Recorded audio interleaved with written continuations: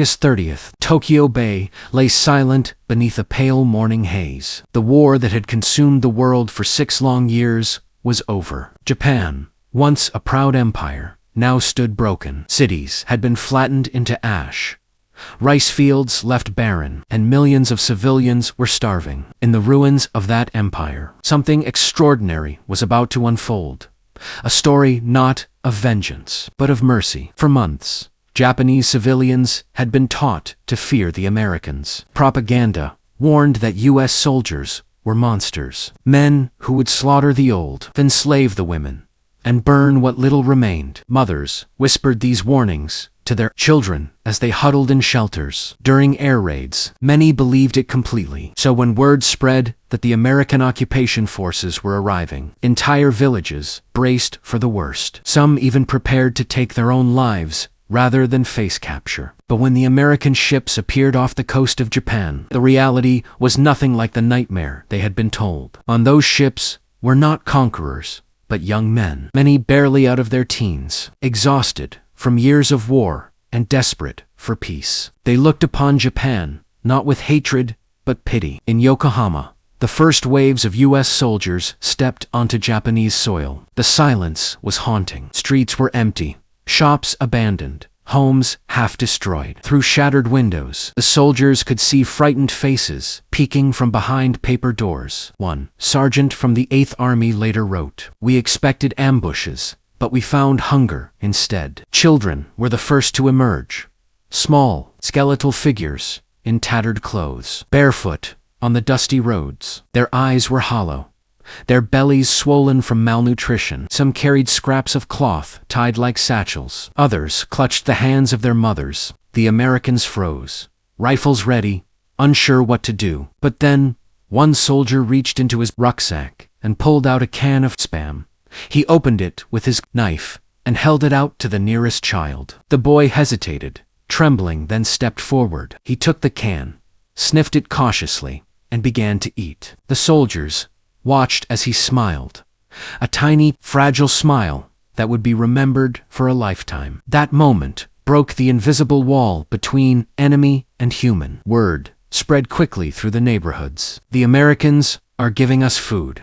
Within days, crowds began forming near checkpoints and depots. The same hands that once held weapons now passed out rations, canned meat, chocolate bars, biscuits, powdered milk. The U.S. Army had planned to feed the Japanese population to prevent mass starvation. Operation Blacklist, as the occupation was called, had as its first mission to sustain life and restore order. In Tokyo, General Douglas MacArthur established his headquarters at the Daiichi building. From his office window, he could see lines of civilians stretching for blocks outside U.S. food distribution points. He saw deeply moved him. These were not enemies anymore.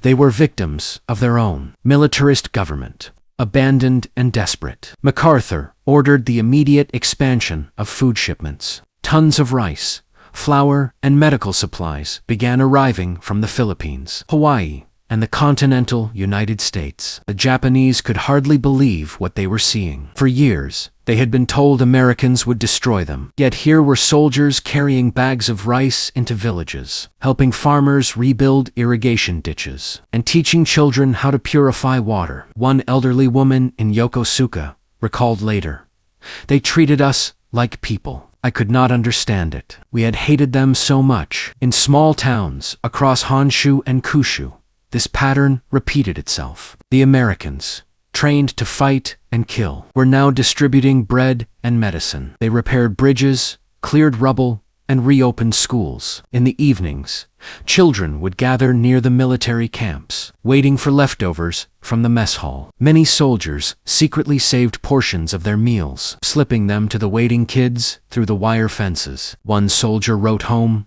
"We fought them for years. Now, I can't stand to see them hungry." Perhaps the most striking transformations happened in Hiroshima and Nagasaki cities, annihilated by atomic fire only weeks earlier. When American relief teams arrived, they expected hostility, perhaps even revenge. Instead, they found silence and suffering beyond words. Thousands of burn victims lined the streets, hospitals overflowing with the wounded. The The medics worked day and night, tending to people who just weeks earlier had been the enemy. The Japanese doctors and nurses were stunned. Many had never seen an American face up close. Now, they were working side by side to save lives. One Hiroshima nurse later said, "I thought they would kill us." Instead, they brought bandages. American soldiers distributed penicillin, disinfectants, and blankets. They gave clean water to patients dying of radiation sickness. Some held the hands of the dying, whispering words they didn't even share a language for. The moment was beyond politics. It was simply human. Meanwhile, in rural Japan, the struggle for survival continued. Entire villages lived on meager rations, grass soup, potato peels, anything they could find. When U.S. trucks arrived, carrying sacks of grain and powdered milk, people wept openly. They bowed deeply to the soldiers, some dropping to their knees in gratitude. A corporal from Kansas described the scene. "They bowed to us like we were gods. But I felt ashamed. I didn't want worship.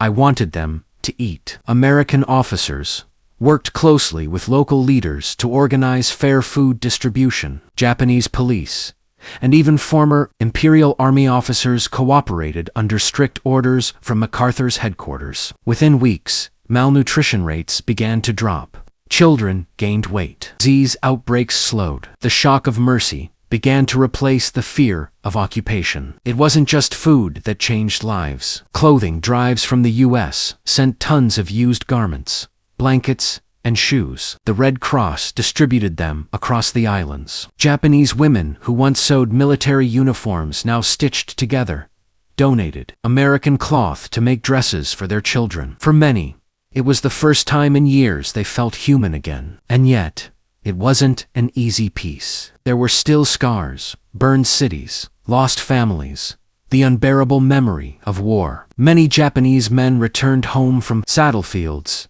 in China or the Pacific only to find their homes gone. But even then, American soldiers helped them rebuild. One photograph taken in 1946 shows a US corporal helping a Japanese carpenter raise the first wall of a new house on the outskirts of Tokyo. The carpenter's young daughter stands beside them, holding a hammer far too big for her hands. The compassion of those soldiers changed everything. It softened the anger, broke the propaganda, and began something neither side expected: trust. Within 2 years, Japan's economy started to recover under American supervision. Schools reopened, markets returned, trains ran again. The same people who once hid from the Americans now waved at them on the streets. Children learned English phrases like hello and thank you. And every time they said it, a soldier smiled back and handed them another piece of chocolate. For the U.S. troops, the experience changed them as well. Many returned home with new respect for the Japanese people. They had seen the human cost of total war, and how kindness could heal where bullets once destroyed. In letters home, soldiers wrote, not about victory, but about compassion. One wrote to his mother, "We fed the enemy today, and I think it made me a better man." In 1947, a Japanese school in Yokohama erected a small plaque dedicated to the American soldiers who fed the hungry. It read, "To those who brought not only peace, but bread." The story became known among veterans as the quiet miracle of Japan. And perhaps it was in a world broken by hatred. The simplest acts, a can of Spam, a chocolate bar, a shared meal, did more to rebuild a nation than any treaty or weapon ever could. By the time the occupation ended in 1952, Japan was a different country. The children who once waited for scraps outside the American camps were now students in rebuilt schools. Many of them would grow up to lead the Japan that emerged as one of the world's most peaceful, prosperous nations. When historians later asked General MacArthur what he believed was the key to Japan's recovery, he answered simply, "We treated them as humans, not as enemies." From the ashes of Hiroshima to the starving villages of Kyushu, that truth echoed. Mercy had replaced fear. The American soldiers who gave their food to Japanese civilians didn't just feed a nation, they fed its soul. In doing so, they rewrote the ending of a war that had once seemed incapable of mercy. For the Japanese civilians, who had been told the Americans were monsters, the soldiers who arrived to occupy Japan came not with cruelty, but compassion. Their generosity became the first act of peace in a world that had forgotten what peace looked like. An old woman still remembers the taste of that first can of Spam, the one a nervous American soldier handed her when, she said later, it tasted like hope.